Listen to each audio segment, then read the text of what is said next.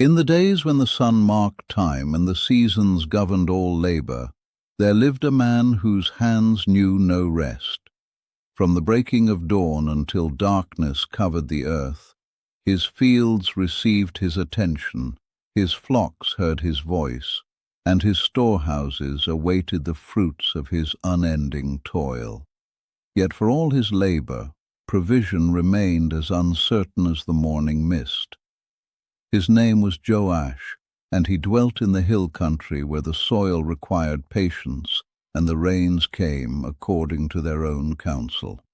Each morning found him already moving among his possessions, tending what needed tending, repairing what time had weakened, gathering what the earth had yielded in the night. His neighbors spoke well of his diligence. Travelers who passed his holdings observed the evidence of constant care. None could say that Joash withheld effort from his work. The fields stretched before him in uneven portions, some planted to barley, others to wheat, still others left for pasture, where his sheep and goats moved according to their hunger. When the barley was ready, he harvested. When the wheat showed signs of ripeness, he gathered it in. When the flocks multiplied, he counted the increase and made room for more. His hands moved from task to task as each demanded attention, and his days filled themselves with the requirements of the moment. In the early seasons of his labor, abundance seemed to follow naturally from his efforts. The barley yielded well, the wheat filled his baskets, and the flocks increased according to their nature. He carried grain to the market and returned with silver. He sold wool and purchased tools. The rhythm of work and reward established itself, and Joash understood his prosperity to be the natural consequence of his faithfulness to labor. But as the years accumulated, a pattern emerged that was not immediately visible to him. Though his work continued with the same intensity, though his dedication never wavered, though his fields received the same careful attention, the results of his labor began to scatter like grain thrown to the wind. The abundance he harvested seemed to disappear as quickly as it appeared, leaving him always on the edge of want despite the constancy of his efforts. The barley, when harvested, went partly to feed his household, partly to the market, partly to seed for the coming season, and partly to waste that he could not prevent. The wheat followed the same path, divided among immediate need, future planning, and loss that seemed to multiply of its own accord. The silver he earned from his sales flowed out again for tools that broke, for repairs that became necessary, for expenses that arose without warning.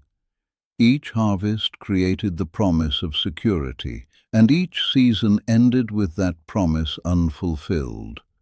Joash increased his efforts. If the problem lay in insufficient labor, then more labor would solve it. He rose earlier and worked longer into the evening.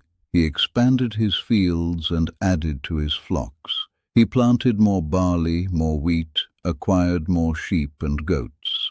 His hands grew harder from the additional work. His back bent lower under the increased burden. His days stretched thinner to accommodate the multiplied tasks. Yet the pattern persisted. More work produced more activity, but not more stability. Larger harvests created larger portions that scattered and were lost. Greater flocks required more pasture, more water, more attention that pulled him in directions he could not sustain. The abundance multiplied, but so did the ways in which abundance disappeared. Each expansion of his efforts expanded equally the opportunities for loss. His neighbors watched this cycle repeat itself season after season. They saw Joash working harder than any among them, saw his fields producing well, saw his flocks growing fat on good pasture, Yet they also noticed that despite all this visible prosperity, Joash never seemed to rest in security. Always he was laboring to recover what had been lost, to replace what had been consumed, to accumulate what kept scattering away from his grasp. In the time of harvest, when the grain was cut and gathered, Joash would stand among his full baskets and feel the satisfaction of completed work. The evidence of his labor surrounded him in golden abundance. His storehouses received the grain in measureless quantities, his containers filled with oil, his vessels held new wine. For a brief moment, he could look upon his possessions and see prosperity made visible, but the abundance never remained. Grain that should have lasted through the winter was consumed before the cold season ended. Oil that should have burned through many evenings was exhausted while the nights were still long. Wine that should have aged and improved was drunk before its time or spoiled from poor keeping. The storehouses that had been full stood empty long before the next harvest was ready. Joash could not understand where the abundance went. He examined his household and found no waste beyond what was natural. He checked his containers and found no leaks that would account for such loss. He watched his servants and found them faithful to their duties. He inspected his storehouses and found them sound.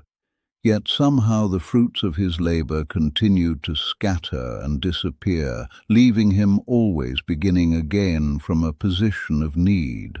The seasons turned and turned again, and with each cycle the pattern became more pronounced. Spring found Joash working to recover from winter's depletion. Summer saw him laboring to build toward autumn's security. Harvest time brought temporary abundance that felt like permanent provision. Winter revealed again how quickly abundance could vanish, how little even the greatest effort could guarantee lasting stability. During one particularly abundant harvest, when his fields had yielded beyond all expectation, and his storehouses were fuller than they had ever been, Joash determined to be more careful with his prosperity. He would guard what had been given, protect what had been gathered, preserve what had been earned through such faithful labor. He set watches over his storehouses, appointed servants to monitor his containers, established careful measures for the distribution of his goods. Yet even under this careful guard, the abundance continued to dissipate, not through theft or carelessness, not through waste or accident, but through the natural flow of daily consumption, the necessary expenses of maintaining his holdings, the countless small needs that arose and required portions of what had been stored. The grain fed his household and was consumed. The oil burned in his lamps and was exhausted. The wine was offered to guests and was drunk.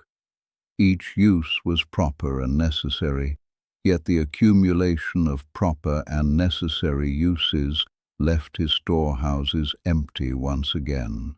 As winter deepened and his stores ran low despite the abundance of the previous harvest, Joash began to notice something he had not seen before. His labor, though constant and sincere, moved in many directions without any governing order. Prayer had never been absent, yet without order the fruits of labor could not remain. He planted where the soil looked good, harvested when the grain seemed ready, stored what he could wherever space was available, sold what appeared profitable whenever opportunity arose. Each decision made sense in the moment. Each action responded to an immediate need or opportunity. Yet no overarching design connected these individual efforts into a stable whole. His fields were scattered across the hillside without consideration for efficiency in tending them. His crops were chosen based on what had succeeded in previous seasons, without regard for how they might work together to create lasting abundance. His livestock wandered wherever pasture was available, without thought for how their movements might serve larger purposes. His storage was arranged according to convenience, without planning for preservation and proper distribution. Joash saw that his work, though abundant, lacked the boundaries that would allow abundance to accumulate and endure. His effort was like water poured onto ground that had no vessel to contain it. No matter how much water was poured, no matter how pure or abundant the flow, without containment it would spread and soak away, leaving only dampness to mark where plenty had briefly appeared. The recognition came not as a revelation with thunder and lightning, not as a voice speaking from the heavens, not as a dramatic moment of understanding that changed everything in an instant. It came quietly, like dawn breaking gradually over the hills, like the slow recognition of a truth that had always been present but had not been seen clearly. Joash continued his labor, but now he worked with the knowledge that effort alone could not create lasting abundance. His hands moved with the same diligence. His attention remained as constant as before. His faithfulness to work never wavered. But he understood now that work without order would continue to produce motion without accumulation, activity without security, abundance without duration. The spring planting began as it had in previous years, with Joash moving across his fields, preparing the soil, choosing the seeds, committing his time and strength to another season of labor. His hands were as capable as ever, his knowledge of farming as complete as experience could make it, his dedication to the work as strong as it had been in his youth.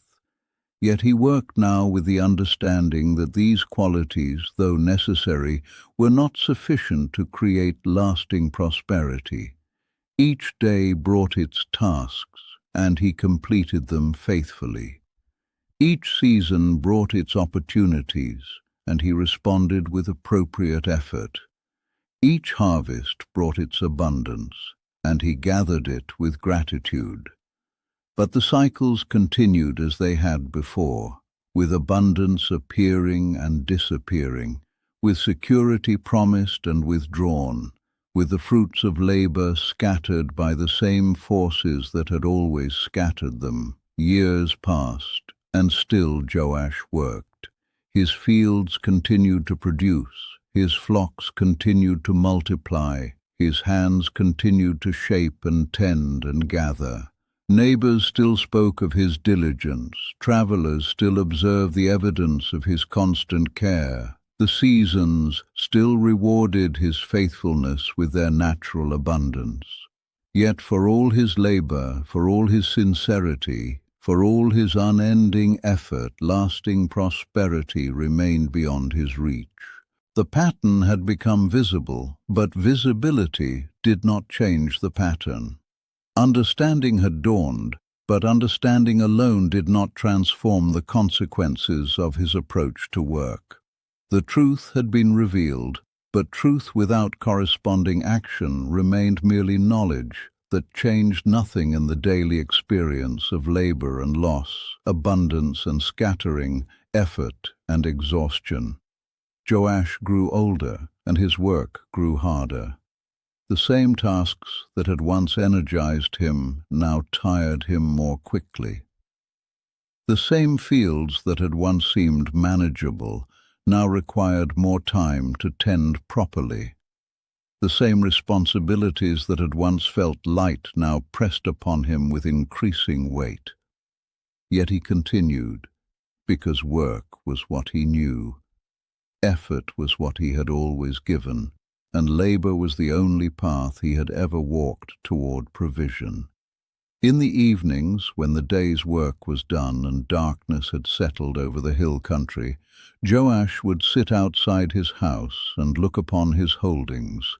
The fields stretched away into the shadows, containing crops that would soon be ready for harvest. The sounds of his livestock drifted across the pastures, evidence of flocks that had grown and multiplied under his care. The storehouses stood ready to receive another season's abundance, their walls solid and their doors secure. All the elements of prosperity were present. All the foundations for lasting abundance had been laid by years of faithful labor. All the requirements for security seemed to be in place, arranged and tended by hands that had never withheld effort from their work. Yet he knew, with the certainty that comes from long experience, that the abundance would scatter again, that the security would prove temporary, that another season of need would follow as surely as winter followed autumn. The moon would rise over the hills, casting its ancient light across the same fields where men had labored for generations, seeking through their work to build something lasting in a world where lasting things were rare. The stars would appear in their courses, following paths that had been established before human labor began, and would continue long after all human effort had ceased. The night sounds would fill the air, speaking of life that continued according to laws deeper than human planning, more enduring than human effort, more reliable than human understanding. And Joash would sit in the silence, a man whose hands knew work, whose heart held sincere intention, whose life had been given to the honest pursuit of provision through faithful labor. Yet also a man who had learned that sincerity and effort, though necessary and honorable, were not sufficient to create the stability that his work had always sought to achieve. The seasons would turn again, bringing new opportunities for labor, new chances to plant and tend and harvest. The cycles would continue as they had always continued, offering their abundance to those who worked and their lessons to those who observed. The earth would respond to faithful effort with its natural generosity, and the same forces that scattered abundance would continue their quiet work of reminding all who labored that effort alone could not preserve what effort had created. Time moved forward, carrying with it the dreams of men who worked and the hopes of those who labored for lasting security. The hill country remained as it had always been, marked by the efforts of generations who had planted and harvested, built and stored, labored and hoped. Some had found the order that preserved their work, and their abundance had endured. Others had worked with equal sincerity, but without the structure that could contain what their labor produced, and their abundance had scattered like grain thrown to the wind.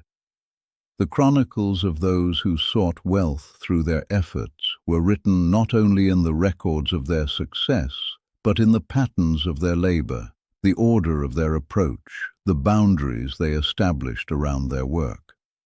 Those who labored within proper order found their efforts multiplied and preserved. Those who worked without such containment found their efforts, though equally sincere and equally abundant in their immediate results, scattered by time and circumstance until nothing lasting remained. These are the chronicles of wealth, not as men pursue it, but as order alone was able to carry it.